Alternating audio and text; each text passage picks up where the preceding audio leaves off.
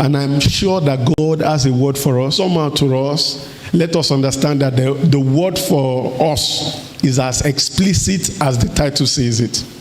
So what are we looking at? What you do, I think, do it well.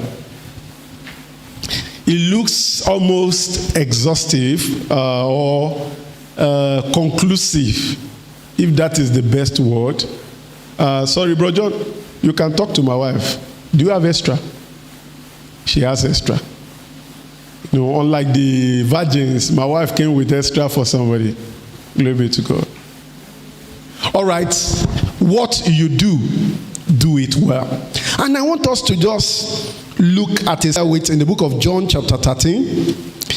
Jesus had come to a point in his walk with his disciples, and I believe like Jesus spoke to a particular disciple in John 13. I'm sure Jesus is speaking to somebody here and somebody listening to this message. In John chapter 13, Jesus had an experience with his disciples, and towards the ending part of the chapter, or the middle, in verse 25. John 13 from verse 25, the Bible says, talking about the man called John the Beloved. Then, leaning back on Jesus' breast, he said to him, Lord, who is it? What you do, do it. There's no it there. All right, let me read that again. What you do, do quickly. Verse 28, but no one at the table knew for what reason he said this to him. For some thought, because Judas had the money box, that Jesus had said to him, buy those things we need for the feast, or that he should give something to the poor. Having received a piece of bread, he then went out immediately. Jesus said, what you do, do it quickly. We are looking today at what you do it well. That's the title. And then we looked at the book of John chapter 13. We're trying to learn from something that happened between Jesus and his disciples. And since we are disciples, what happened to Jesus and his disciples could also happen to us. Jesus said, what you do, do quickly. And just immediately, the Bible says, the man who had received the bread immediately went out. So what he did it quickly.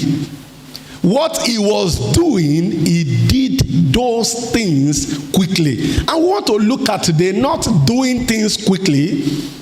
I haven't realized that even though Judas did what he did quickly, he was never blessed. There was no good reward for Judas for what he did quickly. So our goal today is not to do anything quickly. What's our goal? We want to do things well. What you do it well. All right.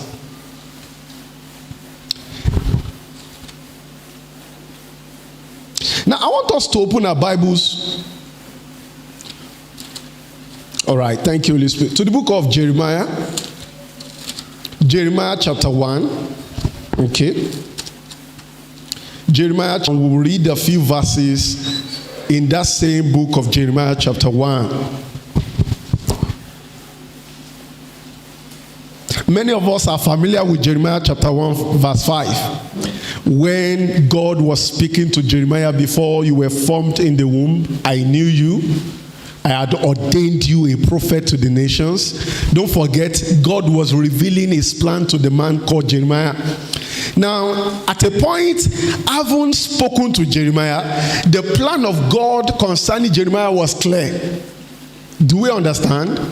But we can, if I may punch some people with this message.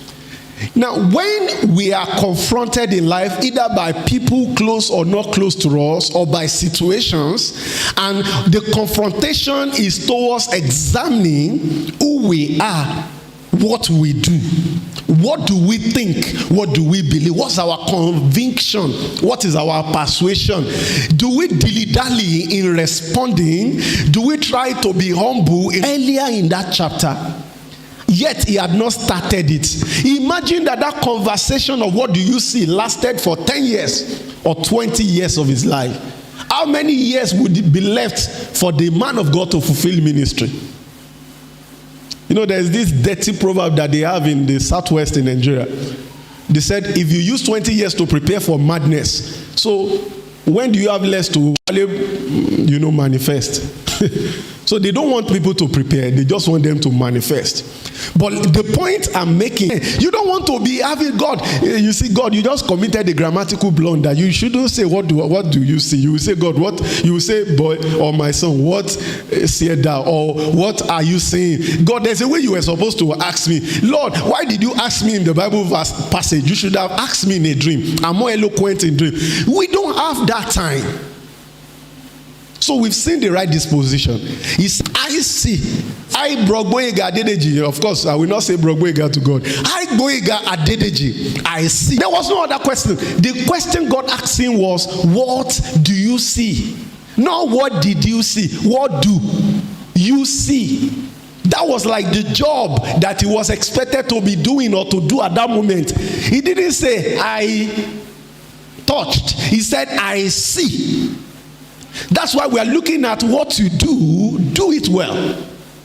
What he was expected to do at that moment was expected to see. And God said, what do you see? He said, what do you think? I think. Somebody will say, I sing jazz. Somebody will say, I sing gospel. God is asking somebody, what do you sing? You won't sing everything that exists on the earth. You will sing what is expected of you.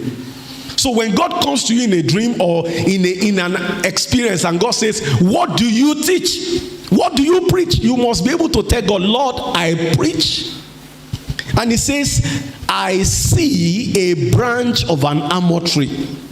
Verse 12. The reason why I'm emphasizing on this thing that I'm saying is because this is the cross. I can conclude the message on this same place. In well. For I am ready to perform my word. Verse 13. And the word of the Lord came to me the second time, saying, what do you see? The young man did not see the same thing twice. Do we see it? Lest God was asking a relevant question. If God knew he was going to see the same thing, God wouldn't ask twice. What did you see? Like, what do you see? You see me. What do you see? In eternity, they will still be calling you Father Victor. If there can